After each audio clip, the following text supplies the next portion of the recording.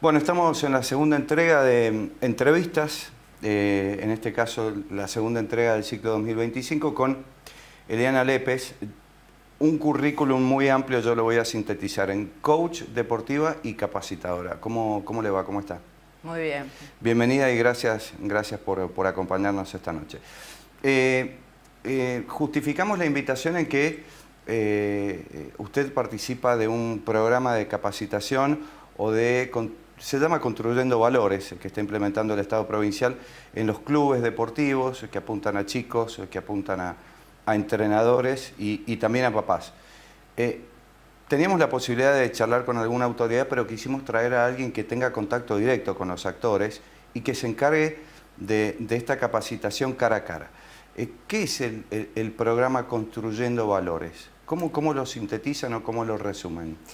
Es un programa que está diseñado para poder entrenar, capacitar y refundar valores en todo el entorno del deportista, ya sean dirigentes, entrenadores y padres, que son principalmente los condicionantes que tiene el deportista, a veces positivos y a veces negativos. Entonces lo que buscamos es que si queremos hacer germinar al deportista en su máximo esplendor, con todo su rendimiento, primero tenemos que observar el entorno donde esa semilla se ha sembrado. Entonces, ¿Por qué en el ámbito del deporte? Y porque yo... Podría ser en cualquier otro ámbito, un supuesto. programa especial, por ejemplo, en los colegios. ¿Por qué en el ámbito del deporte? Y porque, bueno, actualmente la Secretaría de Deportes se ha interesado, ha visto la necesidad, y cuando en algún momento lo pensamos con el subsecretario de Deportes, Santiago de la Torre, la persona que la verdad que yo estoy orgullosa de trabajar porque ve las situaciones desde otra perspectiva, y siempre pensamos que el deporte es un semillero donde si nosotros infundimos valores es fácil de propagar, porque cuántas instituciones convocan tanto como el colegio y el deporte. Entonces cada vez que nosotros sembramos lo que queremos sembrar, que son los valores, es fácil de difundir porque convocamos padres, dirigentes, a los entrenadores. Entonces todo el entorno se empieza a contagiar, porque nosotros cuando sembramos la capacitación no es solamente que damos algo dirigido al deportista, sino que hacemos un trabajo sistémico, donde si yo soy papá, lo que me llevo de la capacitación después impacta con mi esposa, con mi jefe, con mis compañeros. O sea, sembrar valores es algo totalmente valioso y poderoso. Los especialistas dicen que es más fácil que los chicos aprendan jugando. ¿El carácter de lúdico del deporte justifica entonces que se dicte en ese ámbito? Sí, totalmente. Porque así es como tenemos que enseñarle a los chicos en las etapas formativas a disfrutar. Si el chico no aprende a disfrutar, no aprende a reírse, no aprende equivocándose, porque cuando yo disfruto, el error no es tan importante. ¿Qué es lo que me interesa? Seguir jugando. Entonces yo aprendo a tener tolerancia a la frustración, al error, y cuando llego a las etapas competitivas, yo ya llego de una manera más abierto, con una experiencia previa de lo que desee, que es el disfrute. ¿Pero les interesa a los chicos este tipo de charlas, en la transmisión de valores? ¿Qué pasa? Que a partir de cierta edad los chicos están preparados para poder recibir las herramientas. Entonces, en las etapas formativas, el chico no está preparado, entonces a quienes convocamos es a los papás, porque ellos tienen que hacer la transferencia. Son los papás los primeros formadores que tienen que transmitir con el ejemplo. Ahora, si yo como papá estoy todo el tiempo transmitiendo disvalores, andá y competí con tu compañero, insultalo, fíjate que vos sos mejor, le estoy enseñando a compararse, entonces el chico ¿qué aprende? Que eso es lo normal. Entonces, ¿a quién tenemos que educar primero? A quien forma en la casa, que es realmente donde ahí se forjan los valores, el sistema de creencia de un chico. Ya vamos a hablar de los padres y de la casa también, pero me quiero concentrar en el chico, el mensaje que le llega al chico. ¿Cuál debería ser el objetivo de practicar deporte? Debería ser, no sé si es el que es actualmente o siempre en todos los casos, pero ¿cuál debería ser el objetivo ideal de practicar deporte? Disfrutar. Disfrutar. Porque aunque en muchos ámbitos todavía esto cuesta entenderlo, hay algo que aprendí siempre lo cuento en mis capacitaciones, específicamente con la gente de Belgrano. Me acuerdo que el director técnico de la reserva me decía, Eli, fíjate que tal chico está fastidioso. Ellos le llaman fastidioso a lo que los sanjuaninos decimos, está medio enojón. Sí, sí, bueno, entonces fíjate que está fastidioso. Yo iba y hablaba con este chico. Al próximo partido, fíjate que está fastidioso. Y un día voy y le digo, che, pero Beto, él hizo un gol. Y me dijo, pero estaba fastidioso, pero hizo el gol. Eli, si él hubiera estado disfrutando, hubiera hecho 2. Entonces, juntos empezamos a construir el concepto que sin disfrute no hay alto rendimiento. Y esto es en el deporte y en la vida. ¿Quién da el 100 cuando no disfruta? Se contrapone este verdadero objetivo con lo que muchas veces el papá, sin darse cuenta tal vez, o el entrenador enseñan, porque pareciera que muchas veces se asemeja a esto, el objetivo a todo es ganar, todo pasa por ganar, si no se gana es un fracaso. ¿Se topan con casos así? Por supuesto que sí, y lo que hoy buscamos fomentar en los cuerpos técnicos, en los dirigentes, es que en las etapas formativas el chico tiene que disfrutar. Después ya de a poco, ¿sí?, la mente, cuando va absorbiendo los valores y se va desarrollando, se va preparando para la alta competencia. Ya esto es otra instancia donde sí empiezan a competir y vamos a entender que vamos por un resultado. Pero en las primeras etapas de la niñez y del chico no podemos pretender que busque un resultado. Ahí tenemos que buscar que aprenda a través del disfrute, porque es ahí donde el chico empieza a entender la técnica. Ahí es donde tiene que disfrutar de la práctica y las repeticiones. Si no lo hace a través del juego, se torna tedioso. Entonces después, ¿qué pasa? Que el chico no quiere ir. ¿Por qué? Porque se siente exigido, siente que no disfruta. ¿Para qué va? No sé, cualquier niño, ¿para qué juega la pelota? Para disfrutar. Sí, para jugar y disfrutar. Para disfrutar. Sí, sí. Entonces, bueno, lo que tenemos que fomentar es que el chico quiera ir y va a querer ir si disfruta. Y a través del disfrute vamos fomentando el aprendizaje.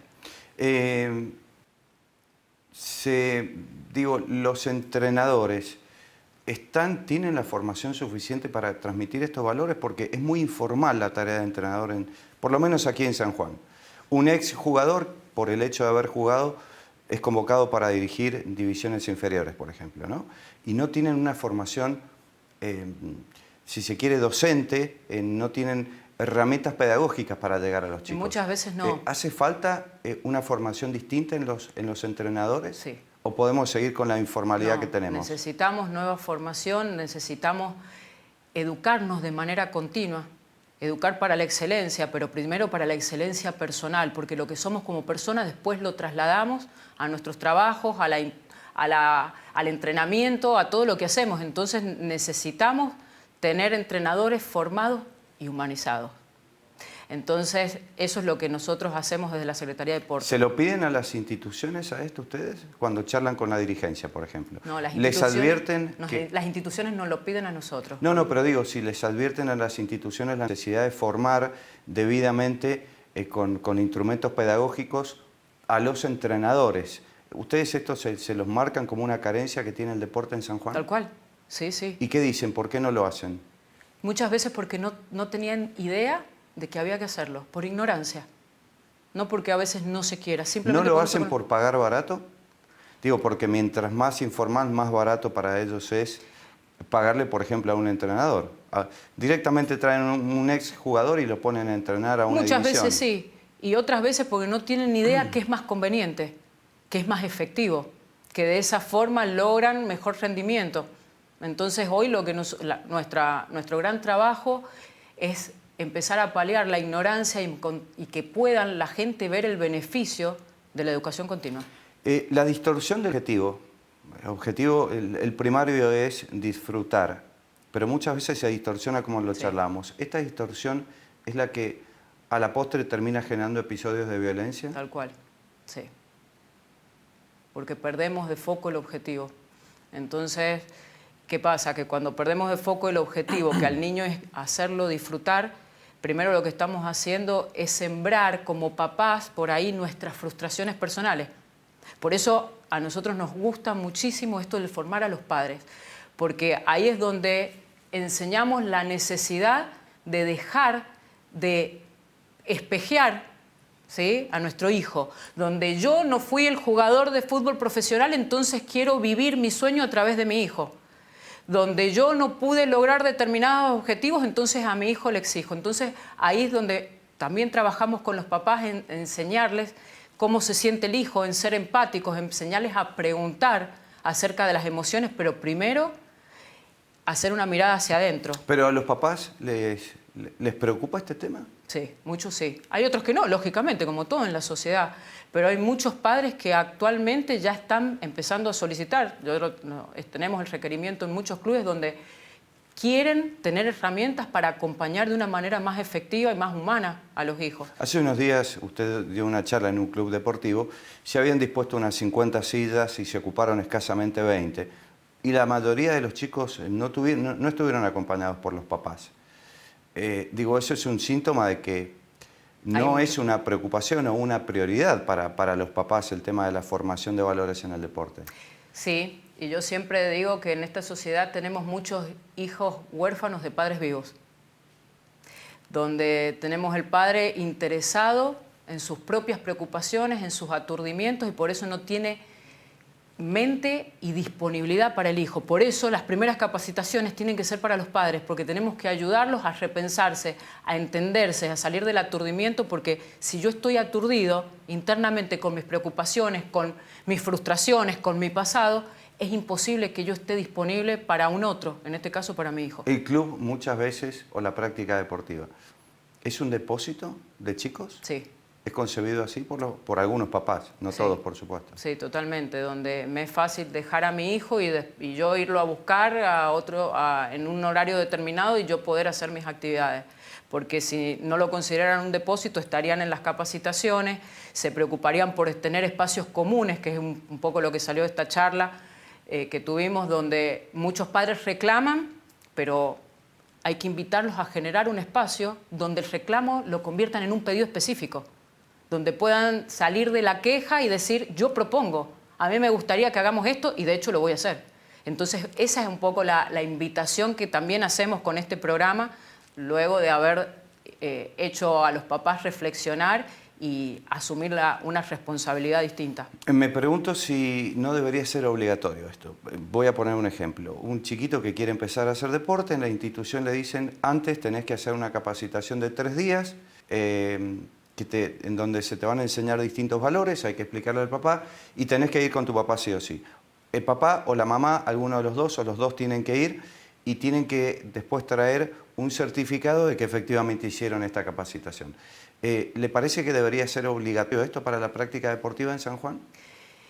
Y sería efectivo que fuera algo... Desde ya que me parece una medida antipática para muchos papás. Normalizado, sí. Que más de uno va a tirar la bronca, pero para que sea efectivo y para que llegue verdaderamente esta transmisión de valores, ¿debería ser obligatorio? Debería ser como la escuela. Y debería ser como la escuela para papás.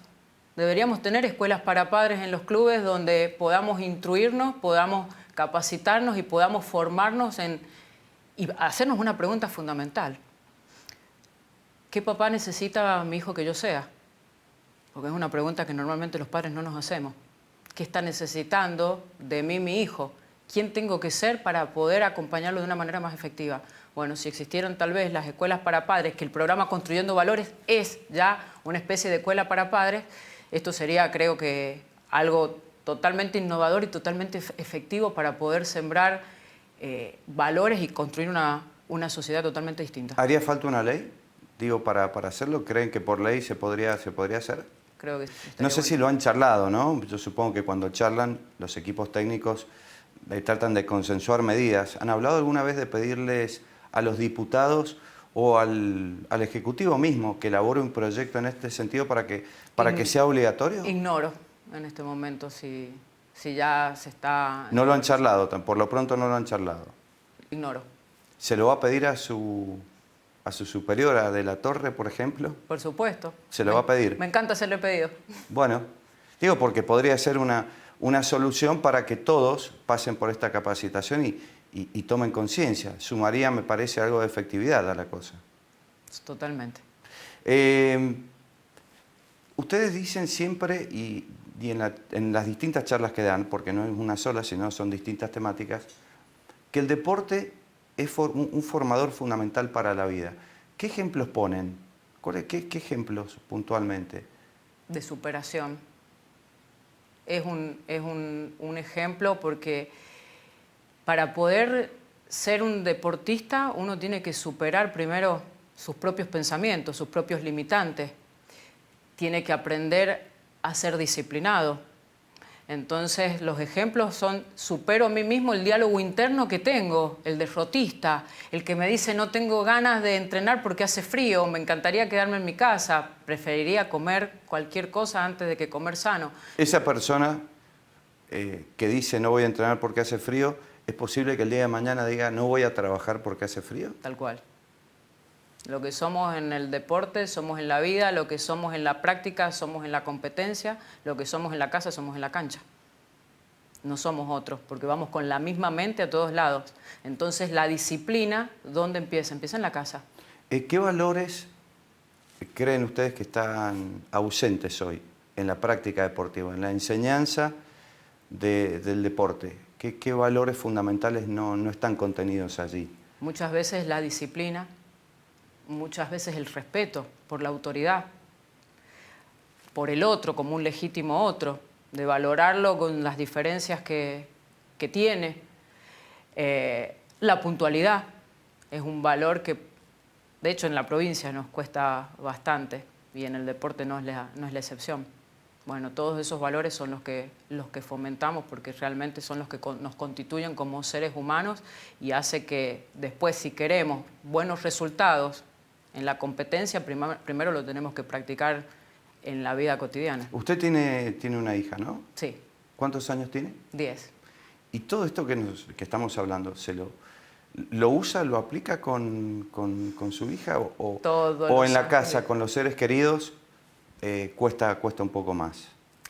No, yo con ella lo uso todo el tiempo porque realmente me interesa que sea una persona de altos valores, de mucha calidad espiritual y personal, entonces lo fomento todos los días y no enseñándole. ¿Dirían los adolescentes hoy, mamá insoportable? No, porque no lo hablo, yo lo doy con el ejemplo. Es la mejor manera de enseñar. Si quiero que mi hija lea, no le digo, ándale, me ve todas las noches leyendo. Si quiero que mi hija se cuide en la alimentación, yo le muestro cómo como todos los días. Si quiero que mi hija haga un deporte, me ve todas las mañanas saliendo a las 7:30 en bicicleta al gimnasio.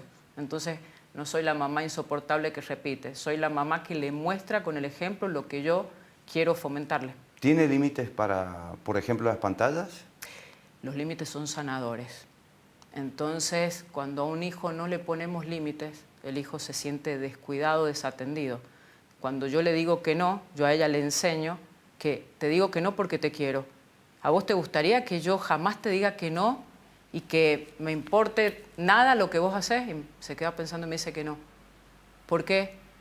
Y porque a mí me interesa que me quieras, me dice. Entonces, los límites son sinónimo de cuidado. Si a mí alguien no me pregunta, ¿a qué hora venís? ¿Dónde fuiste? ¿Cómo estás? Y que es un límite, quiero que llegues a tal hora, yo no me siento cuidada, no me siento querida, no me siento respetada. Entonces, creo que los límites para las pantallas, para cualquier cosa, son sanadores de la relación y son sinónimos de amor. ¿Cuál es el límite hoy? Porque las pantallas han invadido. ¿Cuál es el límite que tiene por día, por ejemplo? Si es que tiene un límite específico. Sí, nosotros hemos pactado 2 horas, ¿sí? Y, aparte, es negociable. Si lees tal libro, tal capítulo, anda a elegir y léelo, tenés derecho al teléfono.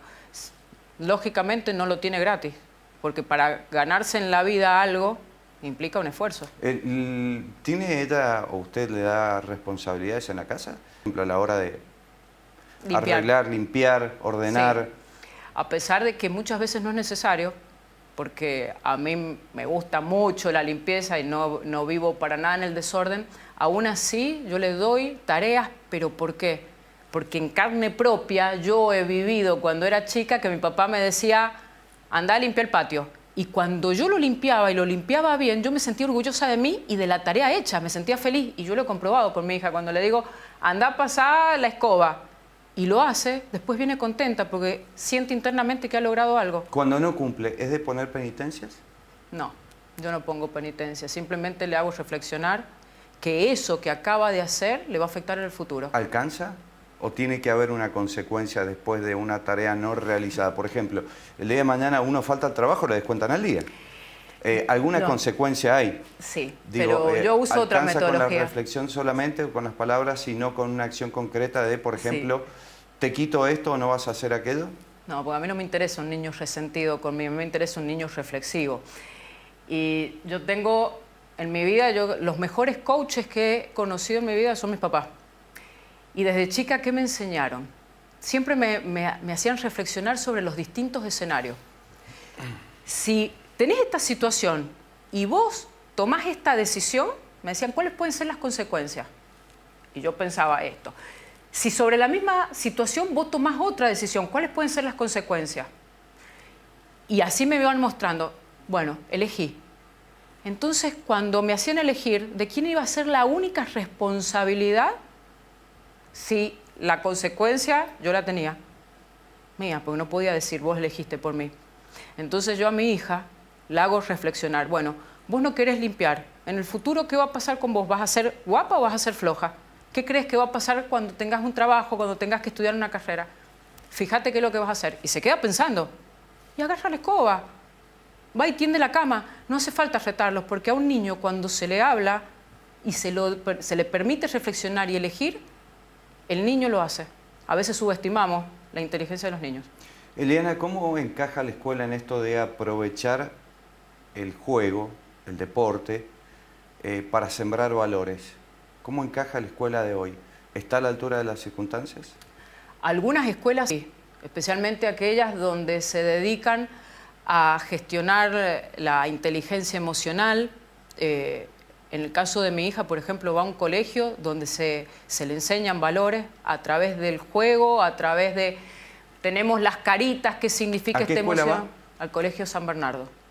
Y es un colegio donde fomentan los valores al punto de, por ejemplo, el año pasado y el anteaño, yo presenté un proyecto para armar un club de lectura, porque amo la lectura y considero que la lectura permite en el ser humano muchísimas cosas.